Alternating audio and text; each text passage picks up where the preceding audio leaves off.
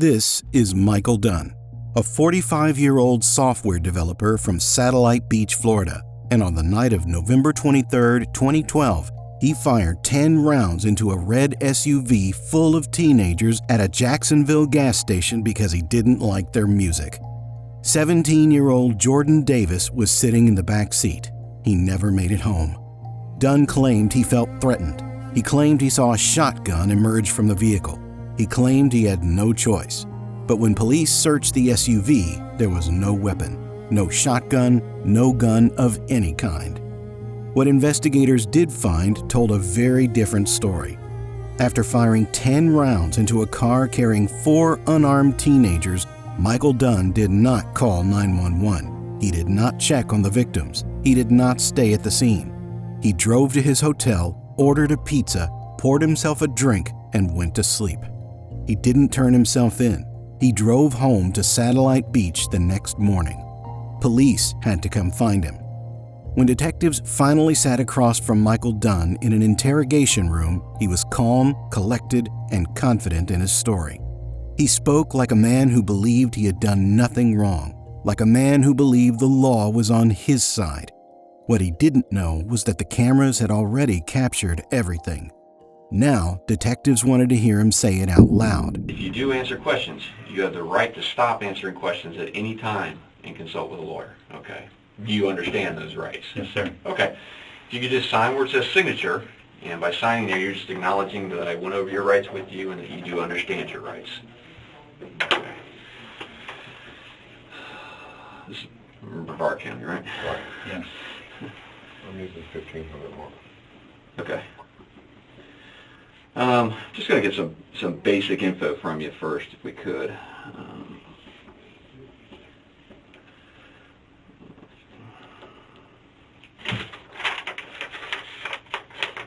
And what's your birthday? Okay. And what's your current home address? Do you have a cell phone? Okay. Where do you currently work at? How long have you been working for them? How long have you been working for them? Are you from this area originally, or? Are you a Vikings fan? I was, and then when I lived in California, I was a 49ers fan, and now I'm a Bucs fan. And the Jaguars.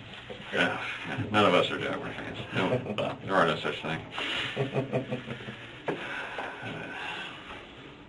Anybody who plays the Dolphins. Okay, I can live with that. I can live with that. Obviously, I just kind of want to talk to you about what occurred last night up in Jacksonville. But I'd like to kind of back up to, when did you come to Jacksonville? Thanksgiving Day. Thanksgiving Day, okay. And what was the reason you came to Jacksonville? My son was getting married on Friday. Oh, okay. He was getting married on Friday? Yeah, and we have a small dog that we were going to travel with, and the check-in time was right around the time of the wedding on Friday, so we thought we'd go up early on Thursday just to be there already. Okay. What time was so you came up Thursday. Where were y'all staying? We were staying at the Sheraton. Okay. Do you remember where? Deerfield, but Sheraton off Deerfield? Yes. Okay. Friday, just, what time was the wedding at? 4. 4? Okay. So during the day, you're just getting prepped up for that, getting ready for that. Where was the wedding at?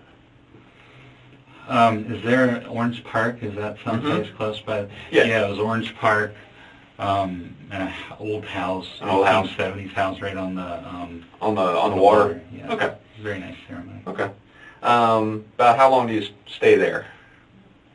I don't know, but we were on our way back to the hotel when we stopped at that store. Okay. And let me back up for a second, just back to today. Let me just so I can verify a couple. Are you you take any prescriptions or anything like that? Any kind of? I do, but it's anti-inflammatory for my lower back. Lower back pain. Okay. You never been diagnosed with any kind of mental health issues or anything like that? That's right. Okay. I hold the CWP. I've been on private pilots. I'm good upstairs. Okay. I'm a computer programmer. Okay. Any alcohol or drugs today? No, sir. Okay. Just have to make sure, just kind of want to make sure you and I can just make sure we're having a lucid conversation is all.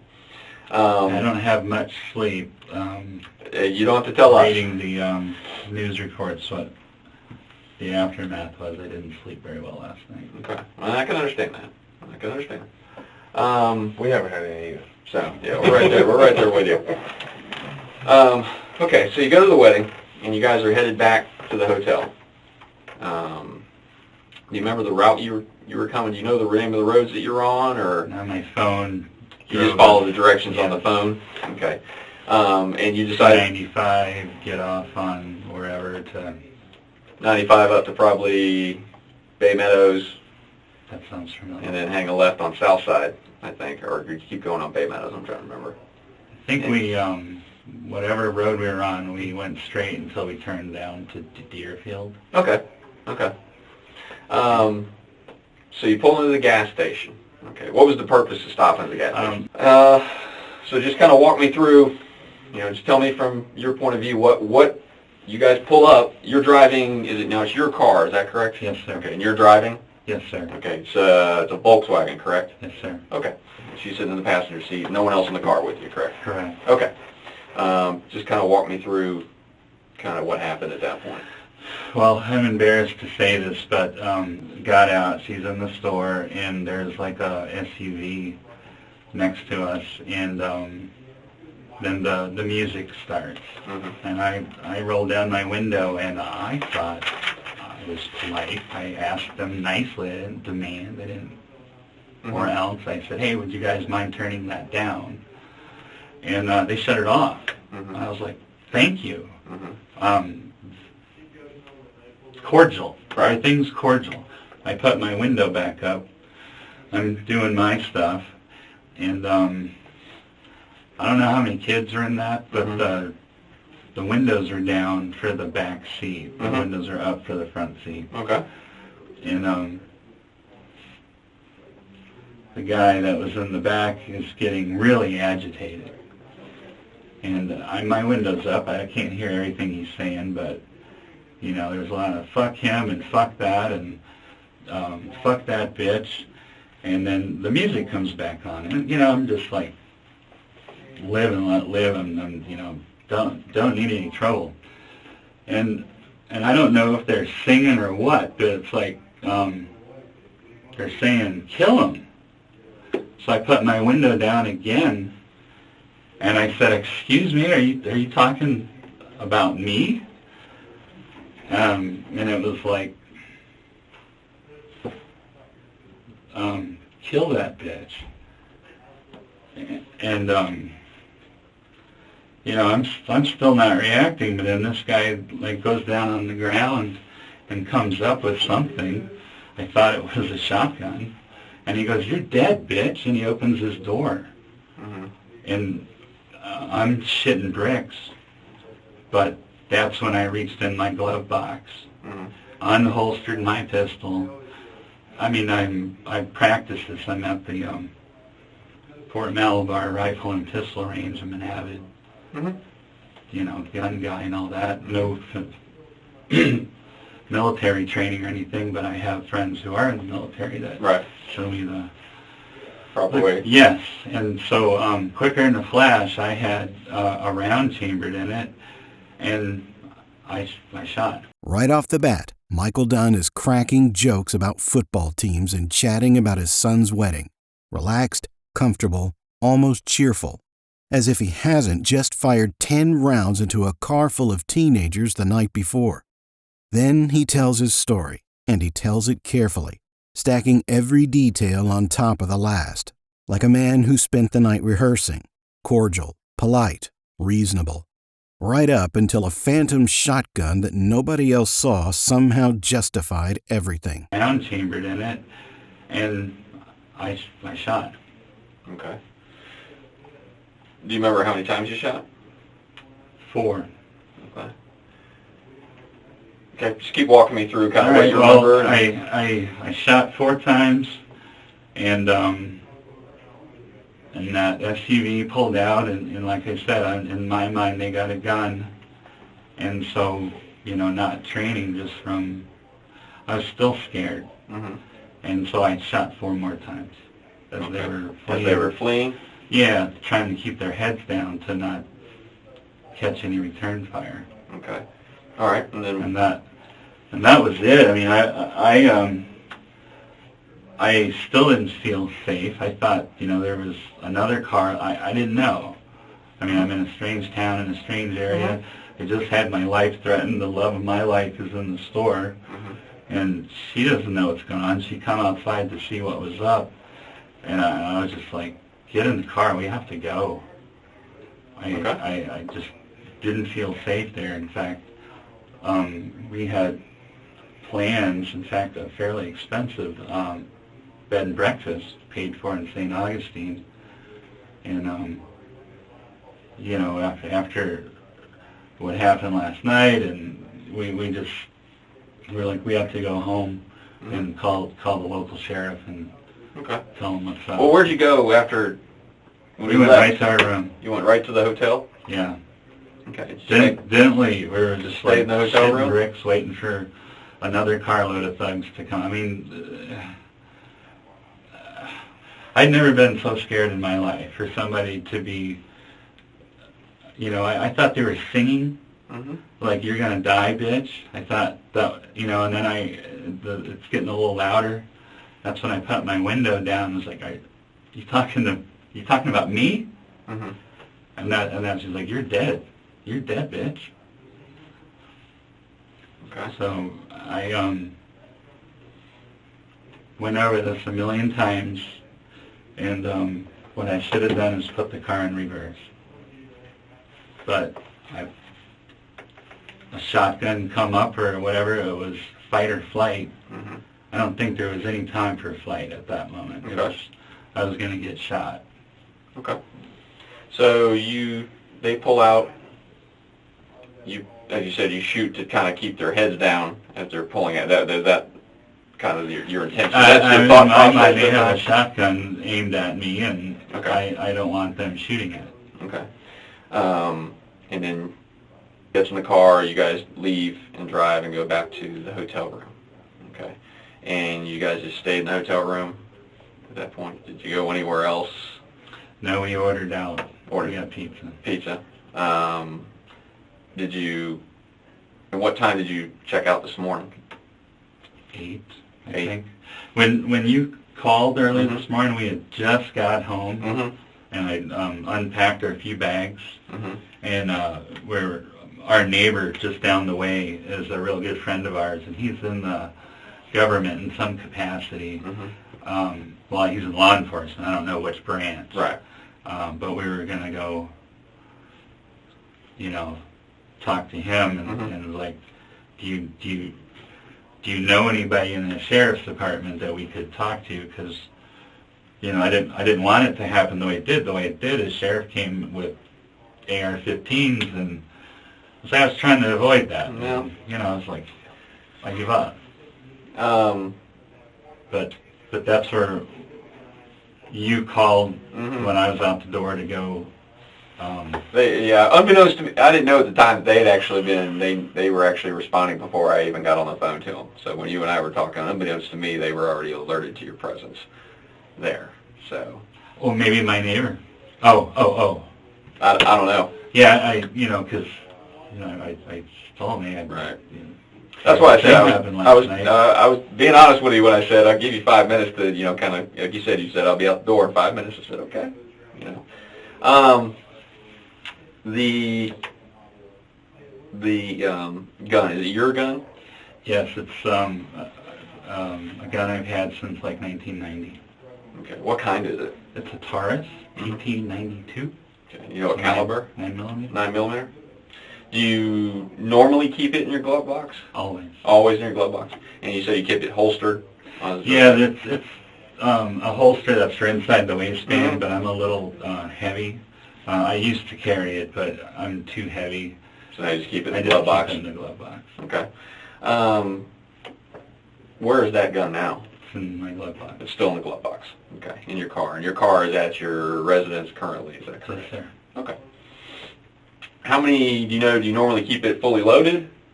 Okay, you keep it fully loaded but not chambered. You had to chamber it? I don't. My military friends think I'm an idiot, but I just don't. Okay, no, that's what I'm saying. You know, you normally don't keep a chamber, and you knew you'd have to rack one to put one in the chamber. Yes, it's a practice Right. maneuver. As Right. well. No, I know. I'm aware. I know. I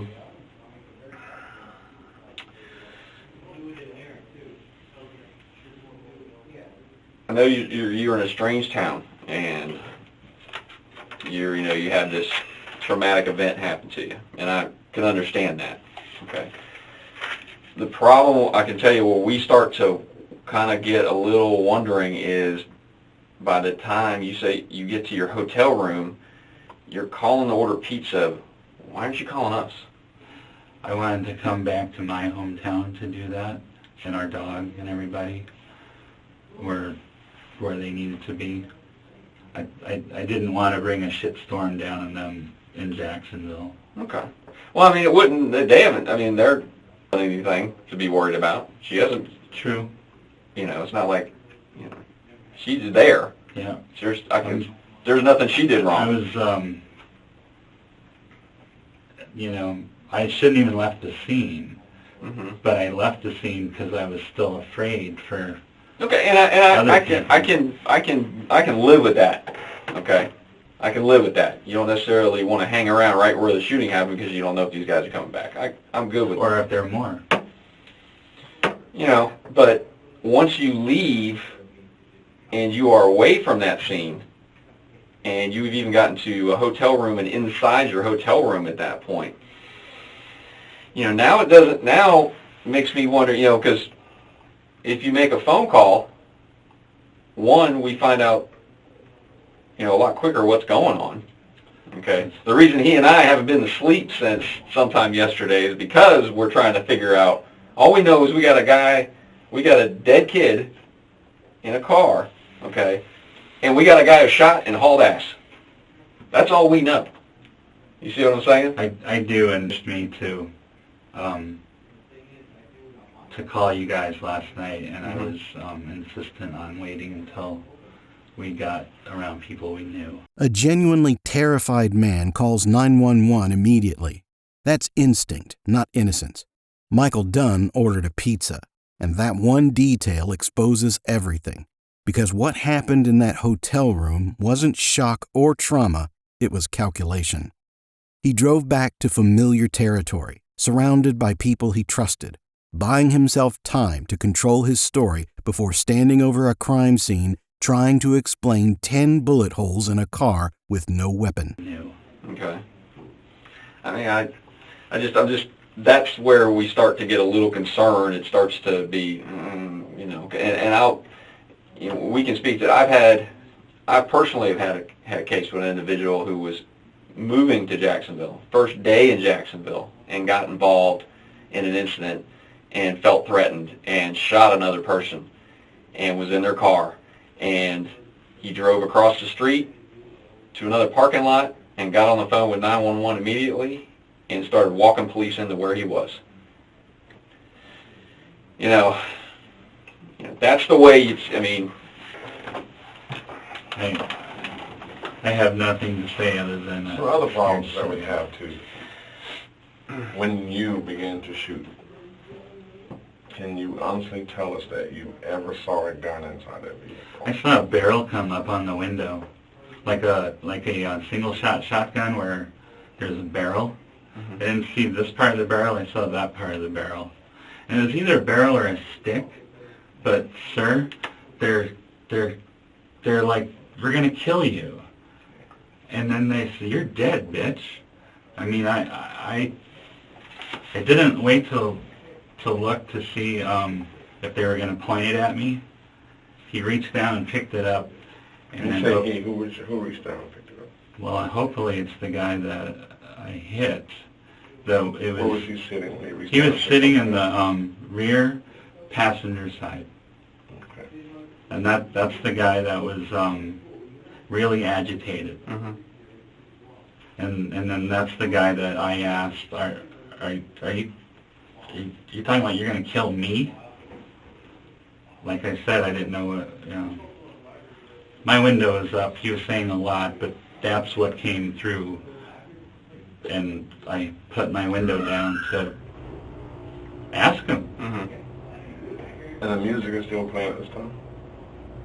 And Yes, but he is really loud and really animated. Louder than the music that's bothering you? Yes, well, the music was a nuisance at first. You know, with my car shut and the windows up, and you just hear the heavy bass. And like I said, I just said, hey, would you mind turning it down? And they did. They shut it off, which, you know, I said thanks. But it really wasn't an issue of loud music. It was an issue of them threatening my life. But it started from you. Absolutely, and you know that's when I started And the telling you music guys was I'm playing scared. when you pulled up? No, it was not. It was not? No, it wasn't. And got out of the car, and she'd been gone for a little bit. She wasn't in the store very long. All right, shouldn't I'm gonna say she's not in there very long.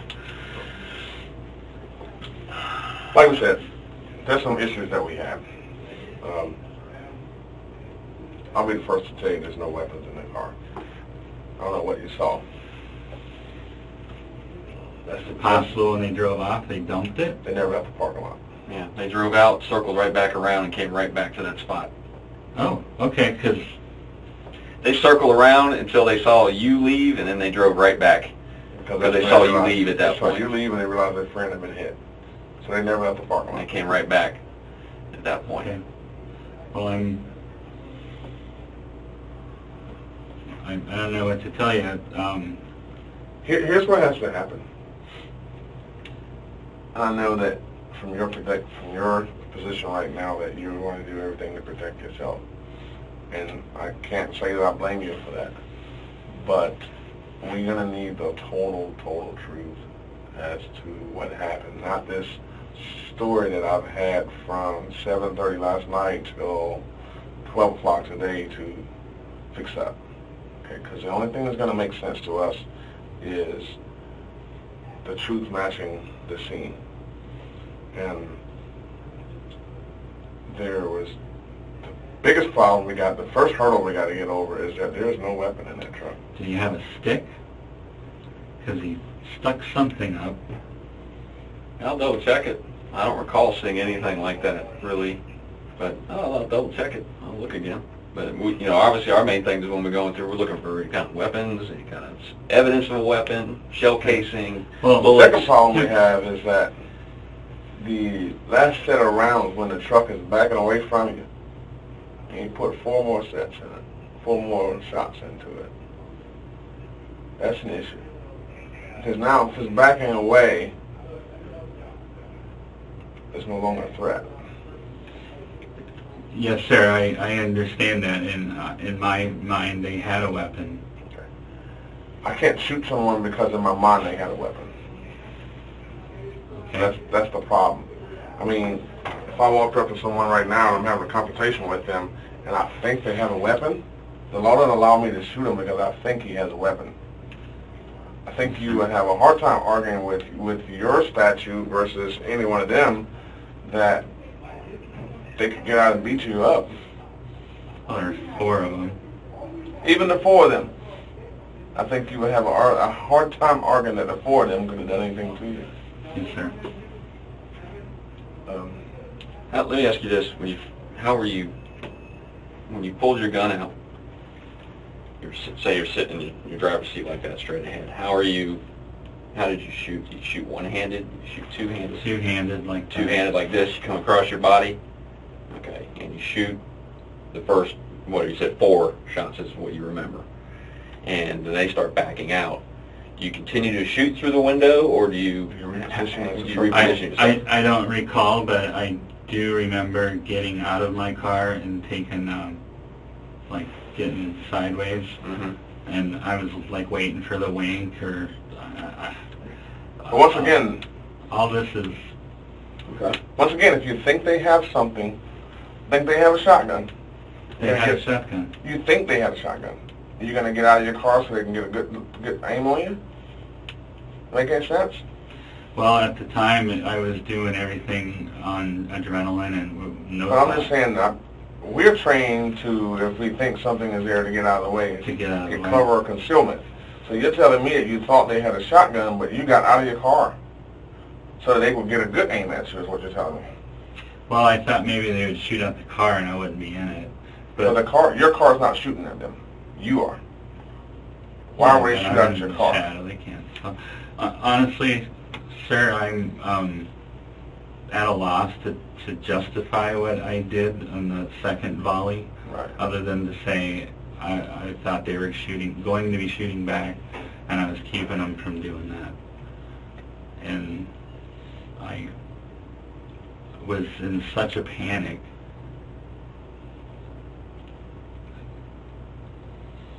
Fear for my life, for the love of my life. That I did, you know, after, fear for the love of your life, what had they done? well, had they been out of their truck doing whatever to me when she came out, they would have, I just assumed. So once again, we're acting off assumptions. Because they weren't out of their truck. They were not out of the truck. The guy was coming out of his truck. Yeah, the driver had gone in the store. No, the guy that I was talking to, Mm-hmm. the one that I shot, he was coming out of his truck. That's when he said, "You're dead, bitch," and opened the door. Okay, and at that point were you shot? That's the point where I went and grabbed my gun. Okay. Because I did, you know, everything's fine. They're just talking, and then all of a sudden... So you get the gun, rack it, and then reassess? No, I didn't reassess. I So started shooting. you went, grabbed gun, rack, came up? Yes, sir. Okay. So you see him start to come out of the door of the truck. At that point, you turn to get your gun. Is that correct? You take it out of your glove box. You unholster it. You rack around, and you come back up on target. Yes, sir. Fluid motion. Okay. In the amount of time he's starting to get out of the truck when you first start to go get your, but yet by the time you come back and start shooting, he's still in the truck. He's coming out. I think he saw what I was doing when it was running back in. I don't know. But See, that's where I'm a little thrown off here. Okay, because he is sitting in the back seat of that truck when he is hit. Okay, because the bullet goes right through the door. 3 bullets went through that door. Okay, he wasn't hit standing outside the truck. Oh no, I know I shot through the door. Okay, so how... And this is where the story falls apart completely. The detective lays it out plainly. No weapon in the car, and the last 4 shots fired into a vehicle that was already backing away, already fleeing, no longer a threat by any legal definition. Then Dunn admits he got out of his car to keep shooting, which means he didn't believe there was a shotgun pointed at him either, because no man who genuinely believed that would step outside and make himself a target. I know I shot through the door, Okay, so driving him back. How's he getting out of the door if you're shooting through it? You're confusing us. All right. When the latch is coming off the door, that's when I went to do what I was doing with the gun. And when I came back, I'm firing. When the latch is coming off the door? No, when I got my gun out of the... When you said earlier about when you see the latch, what do you mean by the latch coming? Well, the door's opening, and he's stepping out. Okay, so and he's stepping out. Yes, and then And you go and reach, but by the time you come back and come up just blazing, somehow he's still sitting in the truck. Well, maybe I'm not as fast with the whole thing as I think I am, but it was... Or maybe he wasn't getting out of the truck. No, absolutely he was. Here's the other problem we have. The guy in the front seat, the front passenger seat, he sees you. He has a perfect view of the whole thing. Right. His window's up. He sees you getting the gun. So why would he let his friend get out of the truck when he sees you getting the gun?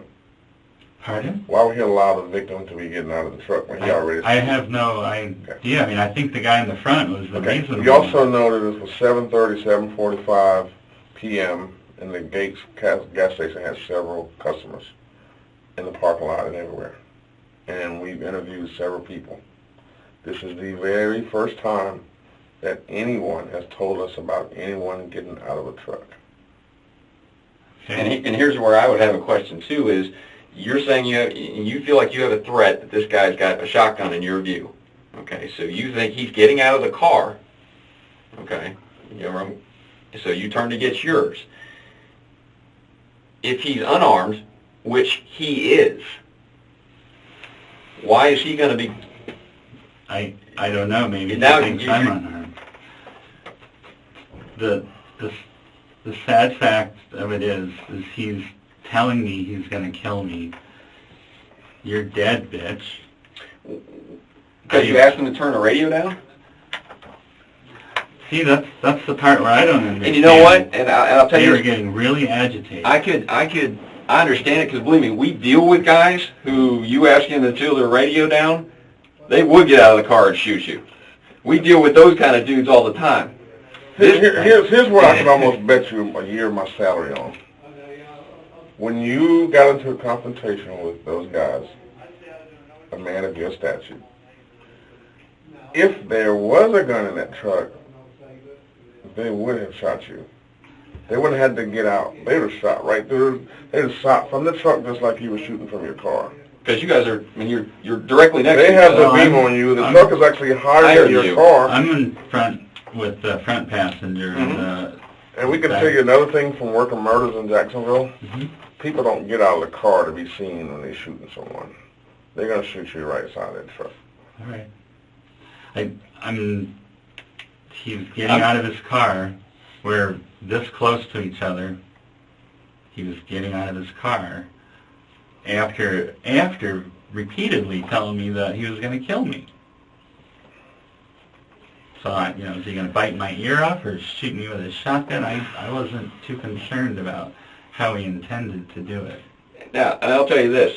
We talked to the other guys in the car, and they will all admit, they will all tell us, that was his name, he said, yep, didn't like the fact he told him to turn the music down. He wasn't happy about that. He didn't like the fact that some stranger's telling him to turn his music down. He's 17, he's a teenager. Okay? You know what teenagers are. They're a little hard-headed sometimes, especially when they're out on their own. And did he throw some F-bombs at you? Basically tell you to go fuck yourself multiple times? Absolutely. They said, yep, he was jaw-jacking back and forth with that guy. But at no time did any of them say, well, okay, he did say he was going to kill him. Because it makes no sense, because what's he going to do? He's not armed. What's he going to, I'm going to kill you and get out of a car. And we're talking about a kid. You know how many times that kid's been to jail? Never. He has no history of violence, and it's not like we're getting some street thug. All the thing this kid has is a truancy in school. We're not talking about a violent kid here. He has no track record. There are guys in Jacksonville who I'd go, okay, I believe that, because they got track records. This kid ain't got no track record. The kid sitting next to him doesn't have a track record. The kid sitting in front of him doesn't have a track record. None of them do. The driver's got a little bit. Stole a car when he was younger. That's it. These aren't violent guys. They pull up so the driver can run in and buy cigarettes. It's the only reason they're even there. They just got back from going to the mall. That's it. So I have a hard time buying how I can totally see him talking shit to you. I can see that. But to take it to a level that he's threatening to end your life when he can't. There's no way he can. He doesn't have anything.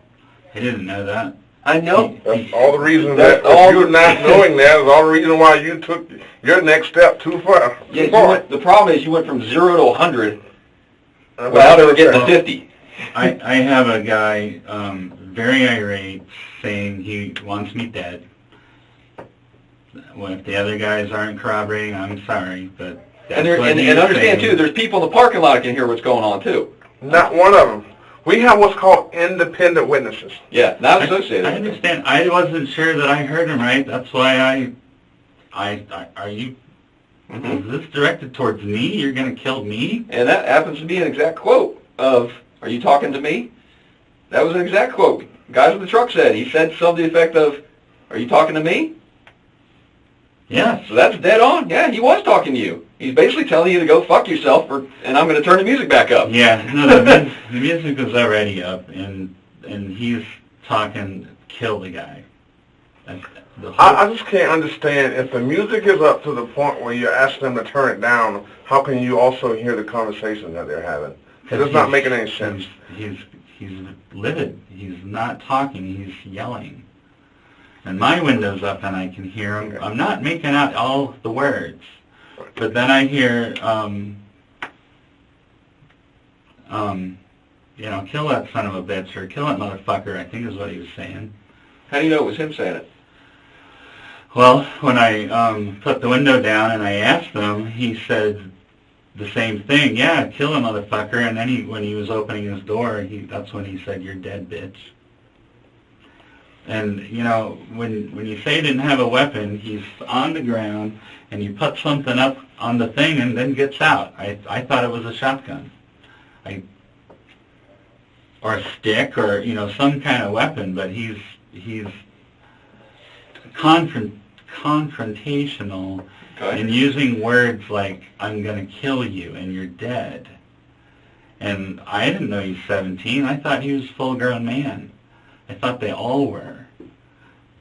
And in my mind, they're all going to get out of this truck and shoot me or beat me or had that been the case, we would have a different argument. Had anyone been out of the truck, walking towards you in any type of threatening manner, we would have a we were parked right next to each other. Yes. So there was no walking. It was him getting out and he was an arm reach from me.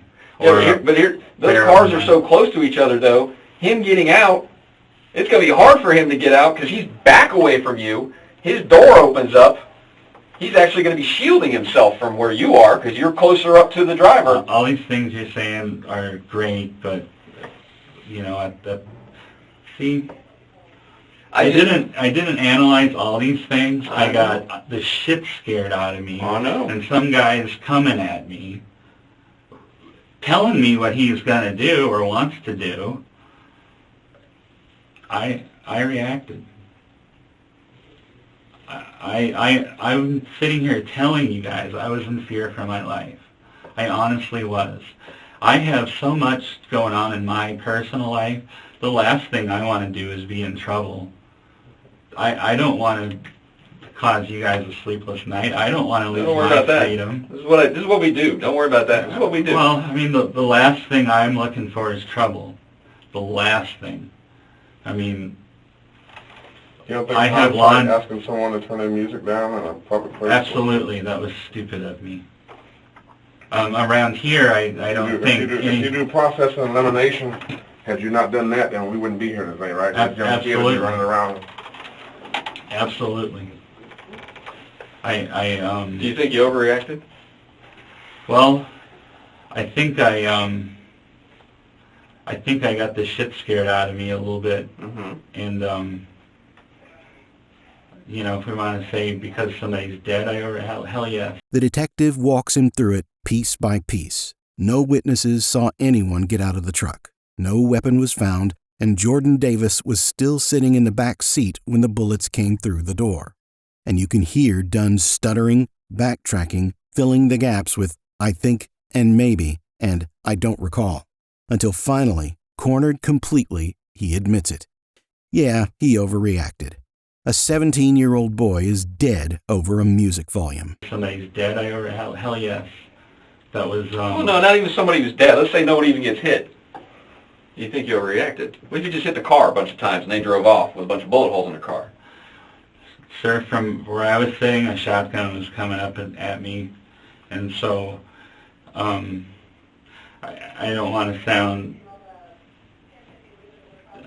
like an asshole, but if it happened again tomorrow where a shotgun was coming up, I think I would do the same. I hope I would and you know what, not be Mr. afraid Dunn? to do the same. If there was a shotgun coming up at you, we would expect you to do what you did. The problem that we have is that there is no shotgun. That's the bridge that we got to get across. You keep dwelling on the shotgun as if there was one at the scene. If there was a shotgun, a BB gun, any type of gun at the scene. Hell, if it was a water gun that was black that looked real at the scene. Like I said, it was a barrel. could have been just a stick, but, I mean, it was... Could it have been your imagination? Well, no. I mean, anything's possible, I guess, but him coming out of his car was not my imagination. Okay. And it was right after I saw that he started coming out of his car and saying, "You're dead, bitch." When you went and grabbed your gun, racked it, and came back around, what were you shooting at? Did you acquire a target, or did you just start shooting? I shot at the door. Which door? Which door? The rear passenger. You shot at his door? Yes. Okay. What was the purpose of that? Saved my life? From the door? No, he was coming out of his door, and then I guess he went back in it, but that's where he was I just prior. say, hypothetically, you and him exchange words. He opened the door to go in the store to use the bathroom. He wouldn't have said, "You're dead, bitch," and then... I'm just saying. Well, then I guess I would be in trouble if that was the case. But that's not what happened. And Yes, sir. she's in the store the whole time. Yes, Okay. sir. So she's not privy to any of this. She doesn't No, see any of this. She is livid. She's basically standing at the counter, and all of a sudden she starts hearing gunshots. Okay. So many gunshots that she leaves the wine on the counter. Yeah, paid for it, and left the wine and chips. Didn't even take it with her. Because at that point, and is going out the door going something, basically calling your name. She said that the first volley they heard, and then when I got out of the car, they said, "Oh, it's the guy in the black car," and she thought it was me, and you know, she told me this later. She goes, "I was telling them it's okay. Mm-hmm. Like I know that it's guy. not a. You guys are safe." Mm-hmm. And what guys were safe? It definitely wasn't the guys in the truck. Well, the people inside the store. Oh yeah. I feel really bad about the boys in the truck. You guys, I really do. If I could And let me, undo I'll this, I let would. you in just from doing our investigation. We are so lucky. Really, there should be 3 of those 4 should have been hit. 3 of those 4. You could have 3 dead guys right now. Okay. Luckily for the guy in the front seat, his door stopped the bullets. They entered the door, but they didn't go all the way in because the front door's got bullet holes in it. Okay. And there's another one you shot when you were doing the suppression fire, basically, to keep their heads down as they're driving away. You put one in the back of the car. There's several shots directly into the rear of the truck. And one of them comes zinging in through the back and goes right up and hits the sun visor where the driver is as he's driving out. Didn't miss his noggin by much. You know, so we could very easily have 3 victims at this point. Luckily, those guys didn't get hit in any way, shape, but they're all fine, except for the poor guy who's pretty much was dead right there. It didn't take him long; he was gone.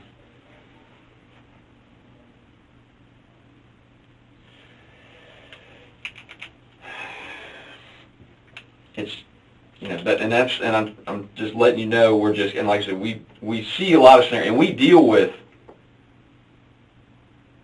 threatening situations. I mean, it's not, you know, we deal with them all the time where somebody defends themselves. I mean, we do. And there are clear-cut cases where you go, yep, sure did, buddy. You know, you defended yourself. Have a nice day. You know. But let me be the first to tell you. This ain't one of them. Not one of them. Unfortunately, this is not one of them. Okay, because unfortunately, we have between the witnesses and the trial, and we even, yeah, they're friends of the guy in there, but they've got their perception of what's going on.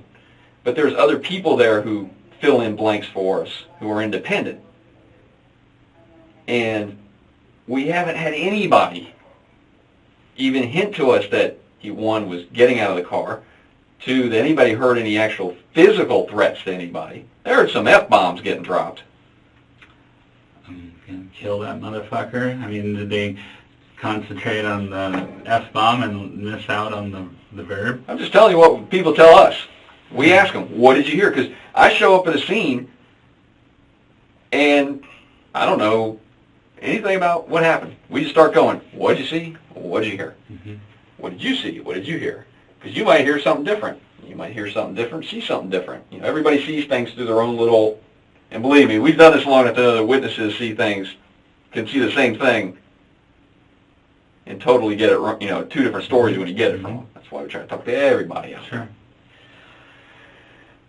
Sure. Give me a break real quick. I want to check my photographs and see if I can find what that is you're talking about, so I can show you and see if you can remember what it is that you think you saw him with.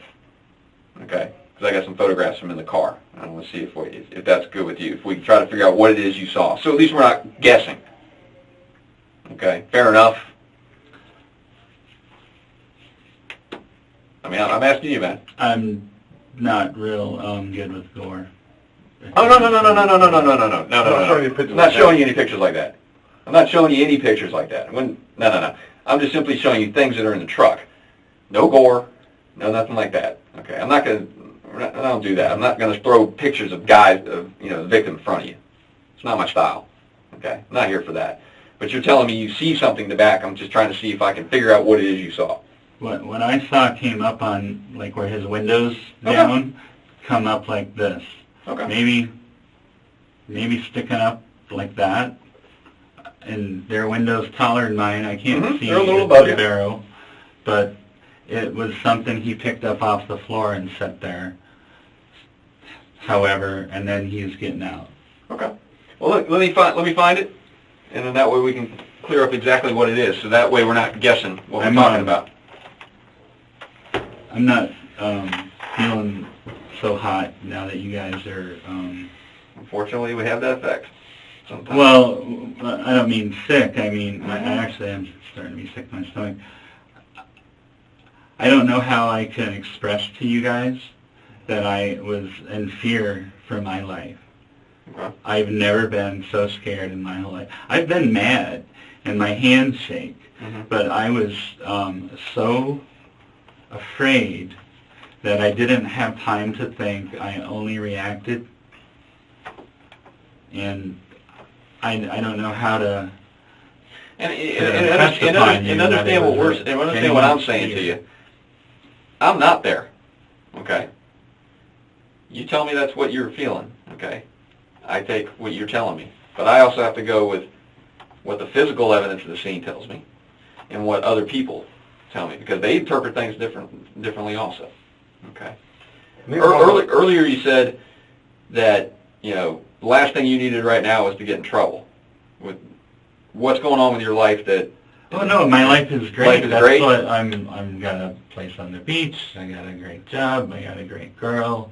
We just got a little puppy. I mean, I've got great friends. Okay. I have everything to look forward to, and there's nothing. There was nothing that would make me want to jeopardize that. Okay. There's no reason to want to even attempt to jeopardize what I have. Okay.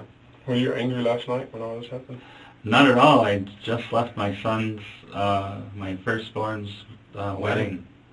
We were in a great mood. We were going to get a bottle of wine and go drinking in the room. Then the detective delivers the kill shot. No witnesses saw anyone exit that vehicle. No weapon of any kind was found.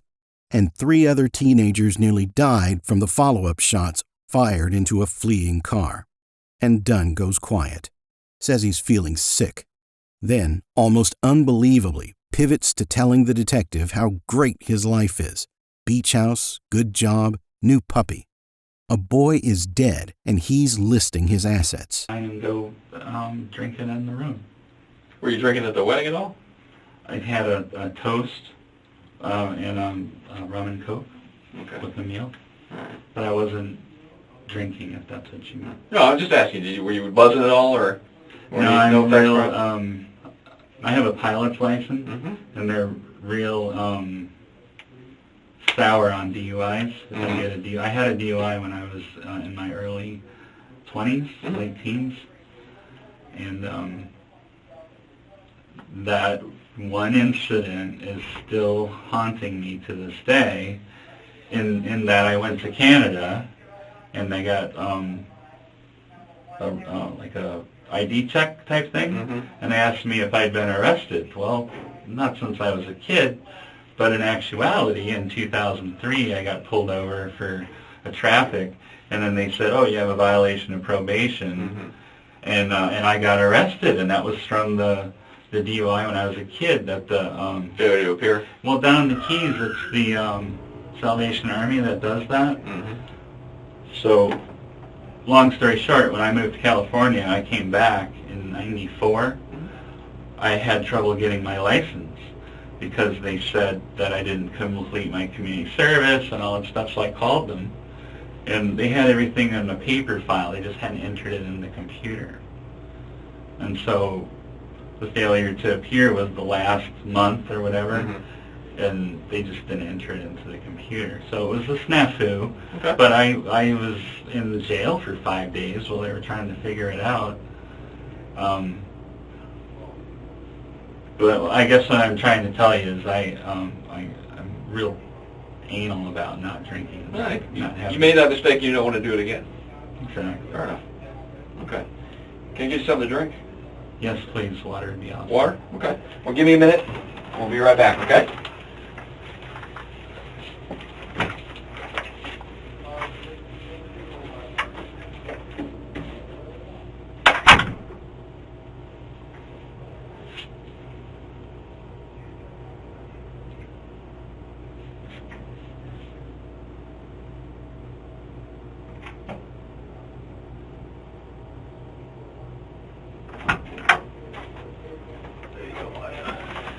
Thank you very much. You're welcome.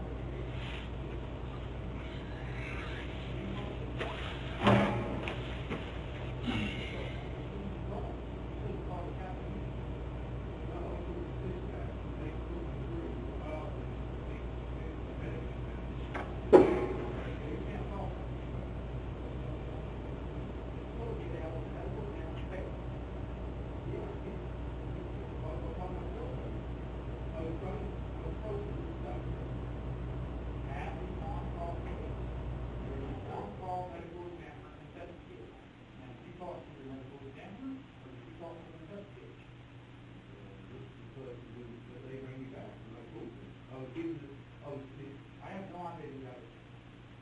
I'm asking, he was the medical examiner who was over school. And who was medical examiner investigator. That's not a medical examiner. This is what I was told to, he said he was going to up and go to the proper and the investigator. Not what that is. What is who you're talking to? When he told me that, I was saying, well, this is the medical examiner. I don't want to hear what you talk because they're not.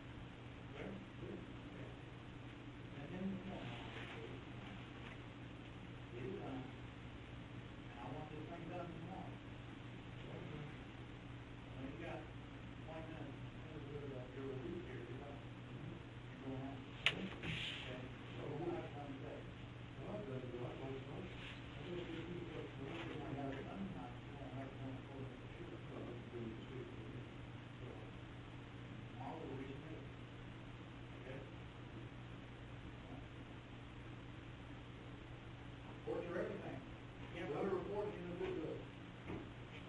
Fill them out. Okay? Very important.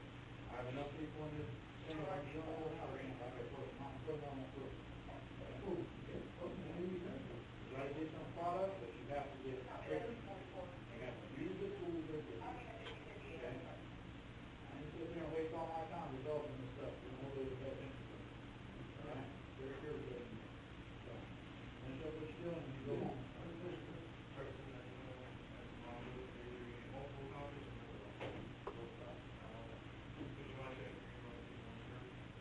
Yeah, I should be on the phone. Now I'll try again.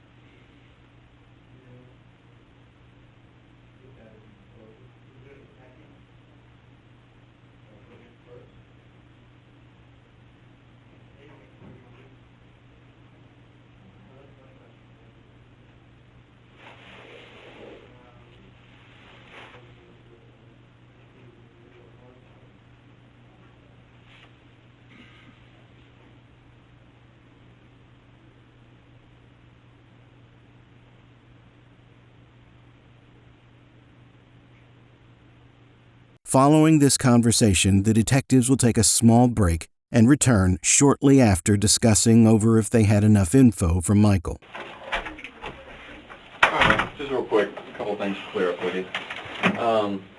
What I would like to do is just part of doing the thorough investigation that we do. I would like to get possession of that firearm. Okay. So what I would like to do is, it's in your glove box of your car, correct? Which is inside your garage of your house. Is that correct? Yes, sir. Okay. I had my keys when I... Yeah, they said you had the keys. What I would like to do is I have a consent to search form for. I do it for your house and your car because your car is technically in your house. Okay, but what I'm going to look at obviously is retrieve the gun that's in your car. Your car is what I'm concerned with. I'm not going to start going through all the rooms of your house or anything like that. I don't care about that. I'll be straight honest with you. I'm just need I to don't get that mind gun if in you our go car. through the house, just don't tear it up. No, that's what I say. We don't do that. First of all, and I have no reason to think there's anything in the house. Okay, the gun's in your glove box. That's what I'm looking for. So that means I don't have to go banging around looking for other stuff. But I want to go over this with you and have you read over it and make sure you understand it first before you consent to it. Okay? Okay. So just read over it. I kind of pre-filled the blanks in there. If you have a question about something, you ask me.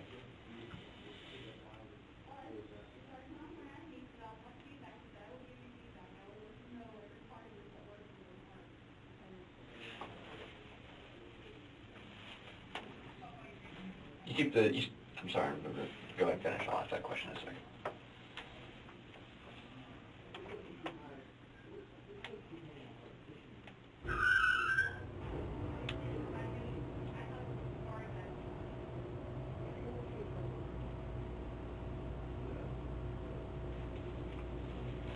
I'll sign that. Okay. You just sign where it says consenting party. Sure. Now, what were you going to ask me? Normally keep it fully loaded? I keep the magazine loaded, Fully, but not chamber. chambered, right. How much does the magazine, how many rounds does the magazine hold? I think 15. 15? Okay, so it's a full size, is it a full size 9? Yeah, I mean, it's just like a Beretta, but it's the Taurus. It's Okay. made on Beretta tooling. Okay. Because I know they make all the different, you can get smaller versions, carry, the slimmer ones for inside. It's more of a, what color is it? I think it's nickel. Nickel? Okay. It's the only handgun in the glove box. Okay. Did you remember when you purchased it, like you said, what, about 20 years ago? Is that what you said, early 90s? Yeah. Just get it for like 12, 13, I guess. Oh, no. It's pushing No, 20 it's not years. 2003. It's pushing 20 years. Yeah, I had it before my daughter was born, and she's 22, so yeah. Okay.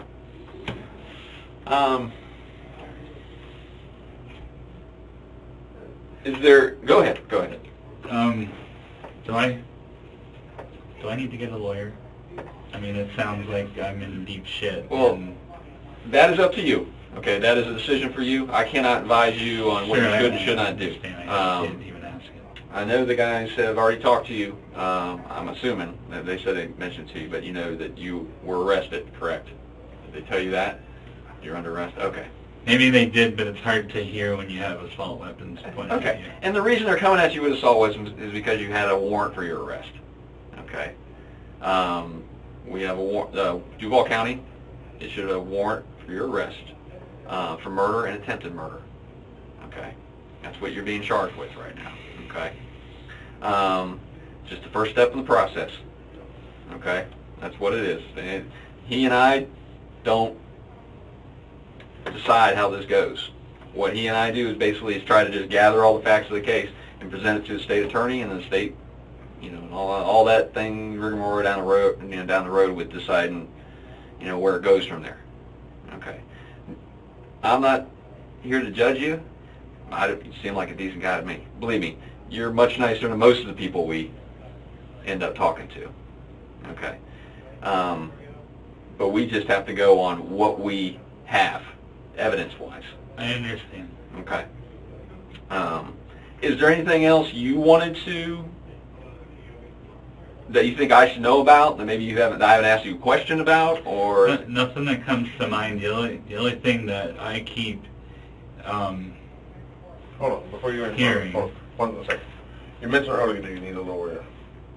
Let's stop and get past that. You're not asking for a lawyer right now, right? Because if you are, then we got to stop talking to you.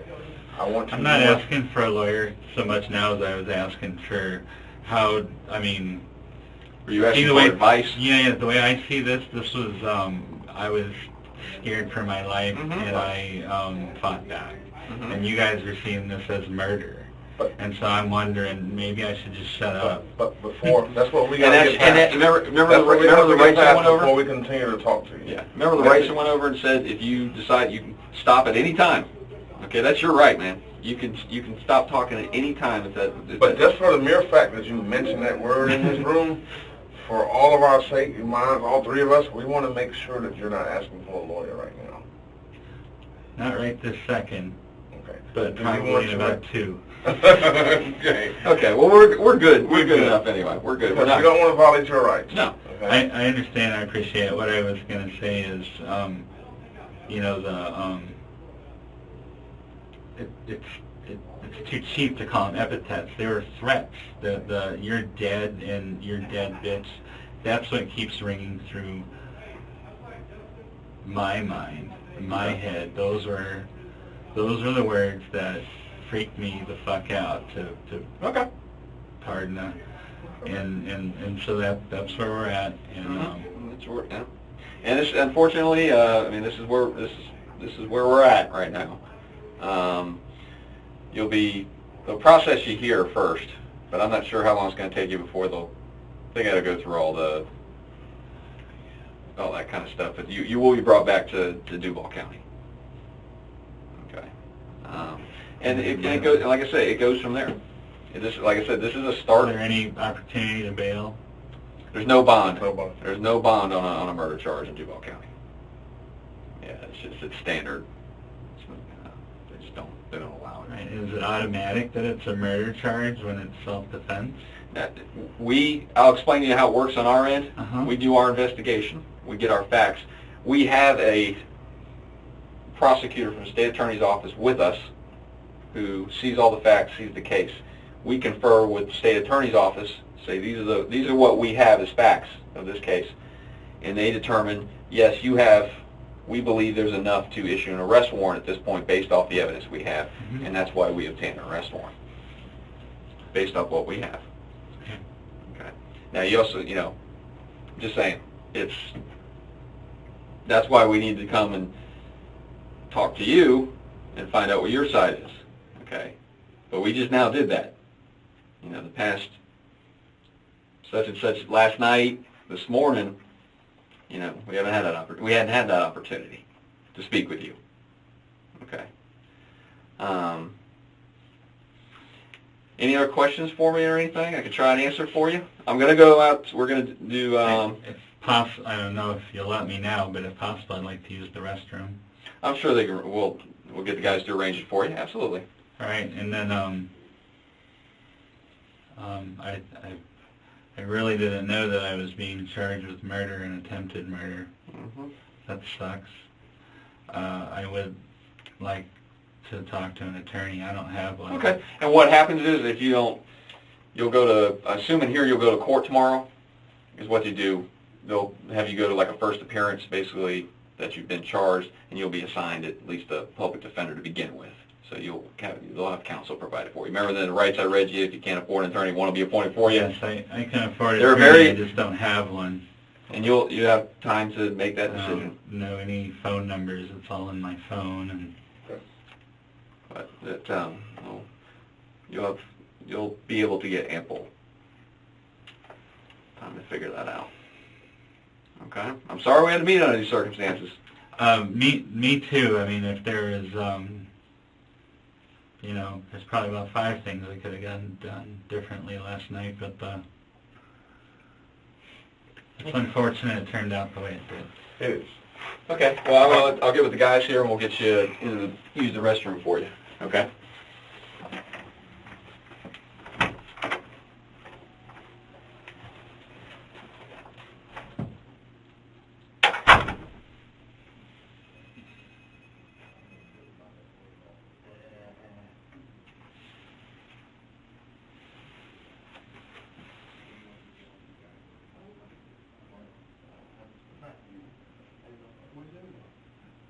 The detective tells him calmly, murder charge, attempted murder, no bond. And Dunn, who spent the last hour talking about his beach house and his puppy and his great life, asks if he needs a lawyer. Then immediately walks it back. Then keeps talking, because even now, facing a murder charge, Michael Dunn still believes his story is good enough. Still believes he can talk his way out of a grave he dug for himself 10 bullets at a time. And with this, the interrogation ended. Michael Dunn's first trial began in February 2014. The jury convicted him on 3 counts of attempted murder for the shots fired at the other teenagers in the SUV, but deadlocked on the first-degree murder charge for Jordan Davis specifically. The judge declared a mistrial on that count. A second trial was held in October 2014, focused solely on the murder of Jordan Davis. This time, the jury convicted him of first-degree murder.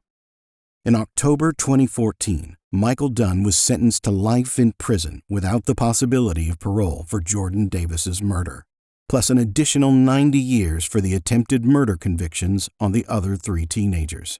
He is currently serving that sentence and will die in prison. Jordan Davis's parents, Ron Davis and Lucia McBath, turned their grief into action. Lucia McBath became a gun control advocate and eventually ran for Congress in Georgia, winning her seat in 2018 and being re-elected multiple times since. She has cited Jordan's death as the sole motivation for entering politics. Jordan Davis was 17 years old.